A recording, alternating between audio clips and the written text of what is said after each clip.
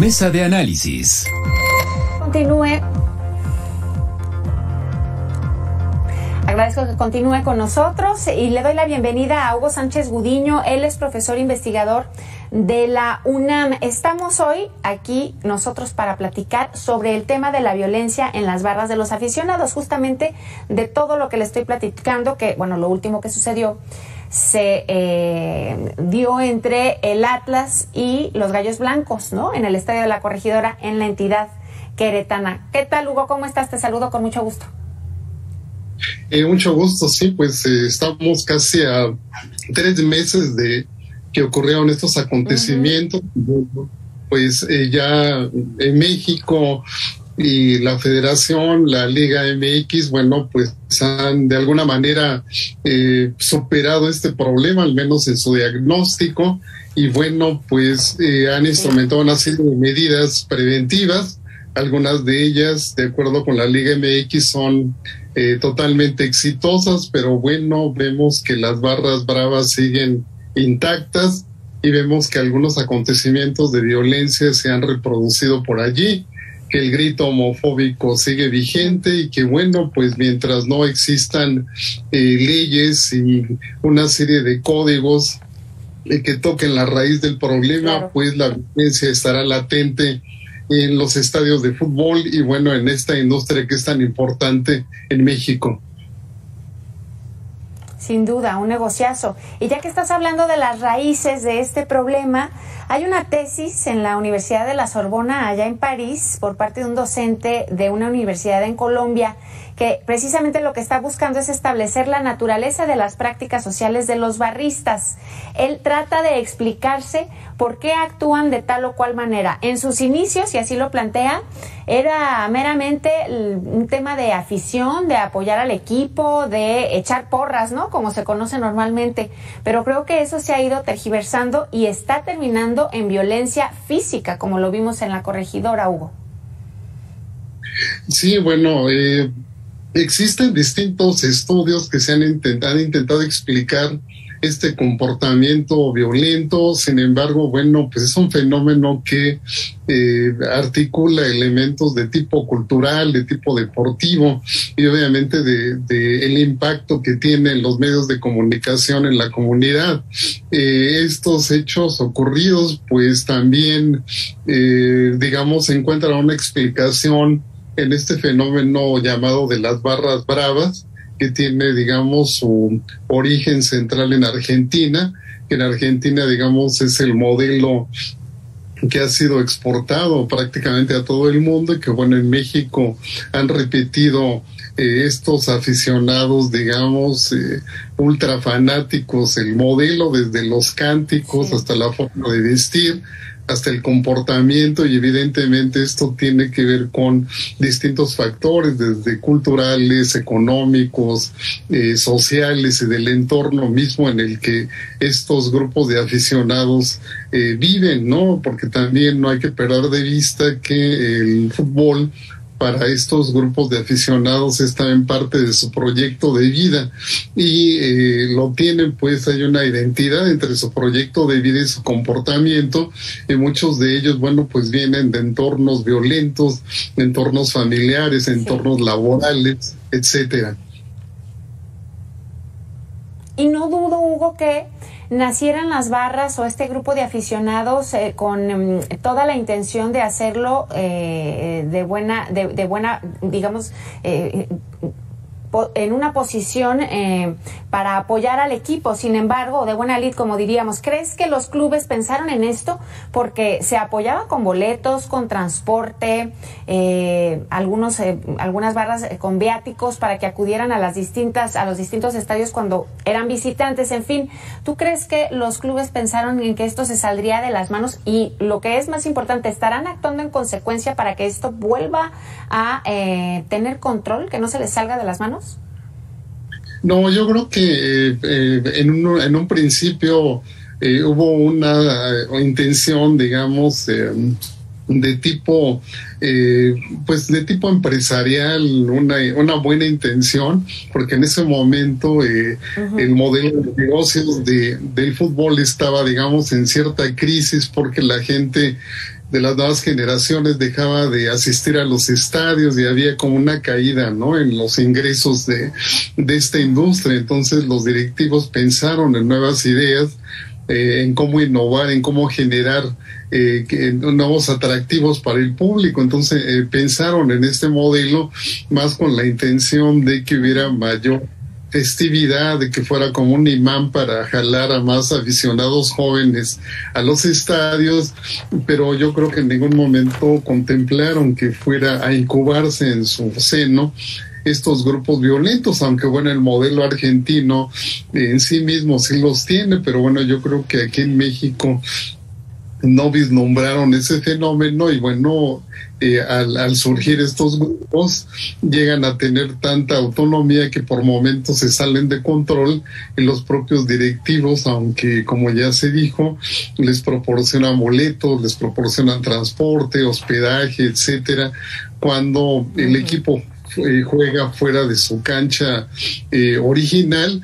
En un momento determinado los propios directivos llegaron a preocuparse porque son grupos que se salen de su control y bueno, lo ocurrido en Querétaro pues vino a demostrar que ya no solo son estos grupos, sino que ya hay pequeñas células del crimen organizado que se han venido infiltrando, lo que genera un problema, una preocupación mayor en los directivos en esta industria, porque ya no solo son aficionados violentos, sino ya grupos que forman parte del crimen organizado que están, digamos, tratando de controlar a estos grupos y que se vio muy bien expresado en lo que aconteció en Querétaro. Y por otro lado también vino a demostrar que la seguridad en los estadios está totalmente rebasada. Yo recuerdo que después el partido entre el Atlas y el Querétaro que se jugó en Jalisco, pues ahí el alcalde de Guadalajara tuvo que hacer circo, maroma y teatro para conseguir a todos los elementos, porque lo que se criticaba en la corregidora es que no tenían a los elementos suficientes y que por eso también se había salido de control. Con el tema de las barras, Hugo, bueno, pues es evidente que lo que se busca es un sentido de pertenencia, que pues si hay algo que une es el tema del fútbol. Como ya decías, en Argentina las barras son pues el vivo ejemplo de la violencia ejercida durante los juegos, ¿no? Hay quienes acuden a algún partido allá en Argentina y se les sugiere muchísimas normas de seguridad para poder disfrutarlo. Aquí todavía se alcanza a ver familias, niños, en fin, pero sí creo que hay un antes y un después de esto que sucedió en la corregidora para todos, tanto para las barras como para los asistentes normales, los que no son tan aficionados, y para las autoridades. Sí, en efecto, primeramente quedó en evidencia que los protocolos de seguridad son muy endebles, son muy frágiles y que, bueno, pueden ser quebrantados por estos grupos de manera muy sencilla. En segundo lugar, en efecto, estos acontecimientos de Querétaro hace 3 meses generan un punto de quiebre en las distintas oleadas o periodos en los que ha habido, digamos, comportamiento violento de estos grupos desde que existen en México, que tienen casi 3 décadas, ¿no? Más de 25 años. Entonces, en distintos momentos ha habido oleadas violentas de estos grupos, pero en efecto lo que ocurrió en Querétaro tiene un sello muy particular, muy propio. Primero, bueno, pues que el público en su conjunto, ya equipado con teléfonos celulares, con cámaras, pues grabó en vivo y casi en tiempo real los acontecimientos y los subió a la red. Eso generó un impacto brutal en la opinión pública. Eso no había ocurrido en acontecimientos violentos anteriores.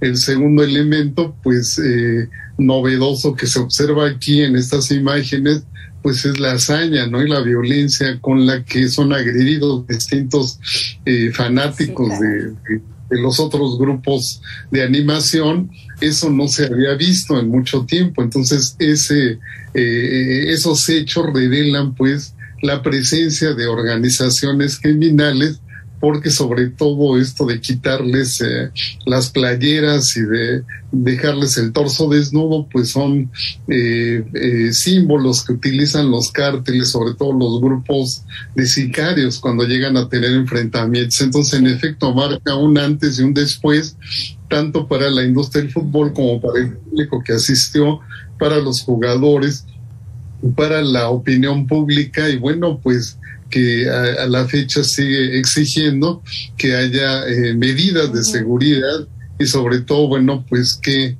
estos lamentables acontecimientos no se vuelvan a repetir. Claro, que se mejoren las medidas de seguridad, aunque con este último punto el que comentas del crimen organizado, la presencia de organización criminal, pues a veces yo ya no sé si también la falta de pertenencia hace que los aficionados se sientan parte del crimen organizado cuando no necesariamente lo son. Pero si me permites, voy a darle la bienvenida a Gonzalo Espina. Él es integrante de la Comisión de Seguridad Ciudadana en el Congreso de la Ciudad de México. Bienvenido, Gonzalo. Y bueno, pues estoy platicando con Hugo Sánchez Gudiño, profesor investigador de la UNAM, sobre esto que ocurrió en el Estadio de la Corregidora y cómo ha sido un parteaguas, no nada más para temas de seguridad en los diferentes estadios donde se llevan a cabo los juegos, sino también cómo pues estamos viendo una sociedad medio podrida, ¿no? En este sentido, bienvenido. Sí, ¿qué tal? Buenas tardes, ¿cómo están? A la orden. Pues sí, como tú bien dices, ¿no? Desgraciadamente este fenómeno lo estamos viendo ya aquí en la Ciudad de México, en todo el territorio nacional, en los diferentes partidos de fútbol. Es algo pues que antes no veíamos. Vengo escuchando lo que vienen diciendo y pues sí, en realidad estoy de acuerdo en todo eso, no se han inmiscuido células del crimen organizado, se está utilizando las barras para otra cosa, esos comportamientos antideportivos, pero más allá de lo que está pasando, yo creo que las autoridades, los congresos locales, el Congreso Federal, debemos de trabajar en conjunto para ponerle un alto, para poner medidas más restrictivas en este sentido y garantizar la seguridad de las personas y familias que van pues realmente a ver un espectáculo de fútbol, a disfrutar de este deporte y que no se topen con este tipo de algunos delincuentes, ¿no? O pseudodelincuentes que en realidad van a otra cosa menos admirar este deporte, no estoy escuchando. Entonces, bueno. ¿Sí me escuchas? Bueno. Sí se escucha, bueno. Pero... Bueno, te escuchamos, sí. Sí. Te escucho, Gonzalo, discúlpame. Sí, que te comentaba que como congresos locales o congresos federales en conjunto con el Ejecutivo tenemos que poner las medidas restrictivas para que los ciudadanos de bien, los ciudadanos, las familias que van a ver este deporte, pues no sean amenazados por estos pseudodelincuentes que van a otra cosa menos admirar este deporte, ¿no? Yo lo que te puedo decir es que aquí en el Congreso de la Ciudad de México, durante el mes de abril, los diputados del Partido Acción Nacional se presentaron iniciativas para que exista un mayor control en los grupos de apoyo o llamadas barras de los equipos en los estadios, ¿no? También creemos que se deben de aumentar las penas a las personas que cometan delitos con violencia en los estados, puesto que son espacios de convivencia de nuestras familias, ¿no? Y creemos que tajantemente, creemos que una de las medidas que puede abonar a esto es que se debe prohibir la entrada a las llamadas barras de los equipos visitantes, ¿no? Por estas cuestiones que vimos inclusive en este tema que estamos comentando, ¿no? Así como a personas con antecedentes penales en este mismo rubro, ¿no? Que tengan que ver con actos de violencia en estadios, o sea, digamos, personas que pues van directamente a esto, ¿no? Y generarse, sobre todo, yo creo que es muy importante generarse un registro de personas que acuden a los estadios. Esto, pues para que sepan todos que están perfectamente bien identificados para bien o para mal, ¿no? ¿Qué tan viable es esto del registro de las personas? Porque incluso se tendrían que registrar, se me ocurren huellas digitales, en fin, medidas de seguridad importantes que supongo serán un gasto para los clubes. ¿Qué tan viable es? ¿La autoridad de alguna manera los puede apoyar? No lo sé, ¿ustedes cómo lo ven? Si me preguntas a mí, en este caso yo creo que no es una medida costosa, nada más es una base de datos que podría aportarse no necesariamente de los clubes, sino de, en este caso, los que venden los boletos como tipo CESA y todo este tipo de mecanismos para que las personas tengan estos boletos, tenerlos bien registrados. O sea, el tema no es un tema de restringir, sino de identificar, de saber quiénes están asistiendo a un partido de fútbol, también para saber, en ese caso, pues costó mucho trabajo dar, o algunos todavía no los han dado con ellos, con las personas estas que causan los disturbios, ¿no? Que muchos de ellos, amparados en el anonimato, cometen este tipo de ilícitos o delitos, ¿no? De agresiones o inclusive causarle la muerte o una lesión de por vida a una persona, ¿no? Entonces creemos que con esto pues tendrías bien identificadas a las personas, al igual que, como te vuelvo a decir, pues una persona que sea reincidente o que haya estado bajo averiguación o haya estado detenida por un delito similar, pues simplemente que no pueda acceder a este tipo de espectáculos, ¿no? Ok, sí, Gonzalo, me queda clarísimo. Podríamos empezar desde la autoridad a proponer este tipo de acciones que también las empresas pudieran comenzar a ofrecer. Hugo, ¿tú qué tan viable ves este tipo de iniciativas, empezando por el registro? ¿Se te ocurre que puede haber otra para que también la autoridad la proponga, Hugo Sánchez? Bueno, nos hemos criticado las iniciativas que se han planteado porque hemos dicho que son muy inmediatistas y que son un paliativo para un problema que es muy delicado, como es la violencia en los estadios y sobre todo de estos grupos de animación llamados barras. Nosotros pensamos que debe de llevarse a cabo un diagnóstico integral en el que no participe la autoridad deportiva, sino tiene que participar la autoridad en este caso federal, las autoridades locales, pero sobre todo deben invitarse a las universidades y a los centros de estudio superior donde existen especialistas en distintos ámbitos de la violencia que podrían enriquecer este diagnóstico. Con ese diagnóstico probablemente habría propuestas a largo plazo muy sólidas que nos permitirían resolver paulatinamente este problema y tocarlo desde la raíz. De lo contrario, no permitir que entre un grupo de personas violentas no resuelve el problema, porque estas personas violentas generarán la violencia fuera del estadio, como suele ocurrir, o la generarán en otros espacios, y también buscarán la forma para ingresar al estadio, quizá no en grupos, sino de manera individual, y como está demostrado, este tipo de soluciones pues son paliativos y son soluciones muy parciales.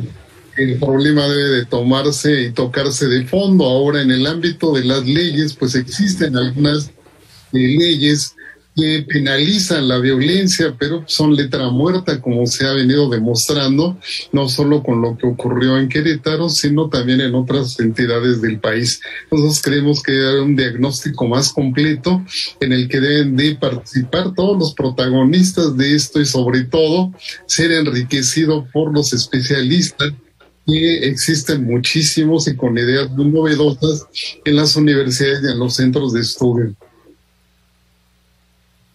Salo, desde la Comisión de Seguridad Ciudadana en el Congreso de la Ciudad de México, ustedes se han apoyado, como dice Hugo, de especialistas. ¿Han pensado también en darle más a fondo a las medidas que pudieran ayudar a combatir este problema, como pues esto de dejar las medidas paliativas como para otro momento y entonces escarbarle, sacar el problema de raíz? Mira, yo lo que te puedo decir es que este debe ser un tema totalmente preventivo, precisamente para que no ocurra este tipo de acciones en ninguna parte de la Ciudad de México, en ningún estadio, ni en ninguna parte del país. Por supuesto que lo que dices es muy valioso. O sea, yo te puedo decir desde Acción Nacional lo que nosotros vemos es no sacar leyes donde nosotros no las estamos viviendo. ¿Qué quiere decir? En lo personal, yo como diputado, cuando propongo alguna iniciativa, siempre me allego de los expertos, ¿no? O sea, no son cosas que se hacen al vapor o de ocurrencia, como sí sucede en algunos casos. El tema que comenta Hugo, y creo que es muy valioso, por supuesto que habría que hacer un foro de análisis, un foro en donde los especialistas aporten los instrumentos que podemos plasmar en las leyes para que precisamente se pueda robustecer eso, tener un carácter preventivo, ¿no? Y también un carácter en el que se pueda castigar la violencia si en dado caso se da. Por supuesto que esto no es un tema unilateral de ningún congreso, al contrario, yo creo que quien saque una ley a modo, una ley que a él le parezca de su cabeza que es correcta, pues creo que está en un error. Creo que las leyes que saca cada congreso, el federal o el de cada ciudad, siempre debe de ir acompañada de las opiniones de los especialistas, de los que viven el problema, de los dueños de los estadios, de los dueños de los equipos, de los aficionados, de las asociaciones que hay atrás de esto, de los que, como él dice, son doctos en las universidades en todos estos temas, por supuesto. Creo que esto es un gran tema que debe verse de fondo para poder sacar la mejor propuesta de ley y que sea aplicada. Totalmente de acuerdo. Sí, sin duda, sobre todo porque es un tema que sigue gustando. A ver, las familias o los aficionados no dejan de ir. Hay un poco de miedo, sí, pero cuando se les garantiza que habrá más seguridad y de alguna manera se ve que la autoridad se mueve y que los clubes también están haciendo lo propio, bueno, pues la gente sigue yendo. Aquí la situación es cómo le hacemos para todos, absolutamente todos, sentirnos seguros. Es un deporte que en México gusta y gusta mucho, Hugo Sánchez. Sí, y el negocio, ¿no? Que ya platicábamos hace ratito, es una gran industria. Sí, claro, es una gran industria este tema. Entonces, claro, el tema, la opinión de Gonzalo que nos hace saber que no son ocurrencias, que no son paliativos, que sí hay un acercamiento con los especialistas, bueno, deja claro que en algunas entidades se está llevando a cabo. A lo mejor aquí lo que podríamos hacer es copiar o imitar a otras entidades que ya lo están haciendo, ¿no? Jalisco entre ellas, porque obligadamente lo tuvo que hacer luego de lo que sucedió en la corregidora. Sí, bueno, definitivamente esta es una industria que moviliza y mueve a millones de personas, a millones de aficionados, tanto familias completas como aficionados extremos. Y esta industria, bueno, ha experimentado este tipo de fenómenos no solo en México, sino, como ya decíamos, en prácticamente todo el mundo. En Argentina, bueno, es muy famoso su modelo de las barras, que es como se repite o se reproduce aquí en México, aunque lo tenemos igual en Brasil, se le llaman las torcidas, lo tenemos en Colombia, en Chile, prácticamente todos los países sudamericanos, y en cada uno de ellos de acuerdo a la cultura y a su propia pues a su propia historia deportiva, estos grupos de animación se expresan, muchas de las veces o mayoritariamente son violentos, pero tenemos también el caso de las comunidades europeas, ¿no? Es famosísimo ese fenómeno de los hooligans en Gran Bretaña, pero también en España y en buena parte de países europeos los llamados ultras del fútbol, que son exactamente un sinónimo de los barras bravas. Entonces, bueno, para la industria este tipo de grupos violentos en ciertos momentos parecería ser beneficiar a la industria porque genera más morbo, ese morbo genera mayor pasión, y como es un deporte que se vive apasionadamente, bueno, genera mayor rating. Sin embargo, cuando esa digamos violencia pasa de las imágenes, de las palabras a los hechos, como ocurrió en Querétaro, entonces queda una mancha en esta industria. Y si a nivel mundial, pues es una industria que apela ya hoy en día a los derechos humanos, que apela al respeto a la diversidad, que apela...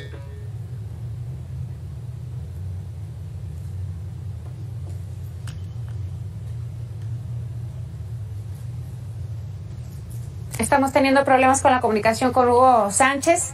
Bueno, pues en conclusión, Gonzalo, ojalá, de mi parte, ojalá hubiera conciencia entre los jóvenes que, pues por ahora, contestatarios integran estas barras. Ojalá también que la autoridad haga algo para que, como decía Hugo, no nada más sea una situación que se resuelva por encima, sino que se busque cuál es la raíz del problema, ¿no? Esto tiene que ver con cómo nos sentimos en pertenencia social, en grupo, las valores y otras cosas que también se dan desde casa. Sí, mira, yo creo que principalmente también de entrada sería ahorita aplicar la ley. Creo que existen los protocolos adecuados en muchas de las circunstancias. Lo que hemos visto es inclusive la seguridad propia, no de privada de las empresas o de los estadios se ha visto rebasada. Creo que sí cuentan con un protocolo que no han seguido al pie de la letra. De entrada que habría que revisar los protocolos internos que tienen, a ver si son los adecuados y si no reforzarlos. Y bien, como dicen, aplicar la ley, ¿no? Simple y llanamente aplicar la ley y reforzarla con estos foros que podrían llevar a unas leyes, a algunas reformas o poner unos nuevos artículos en donde sean mayor castigados las personas que hacen esto, ¿no?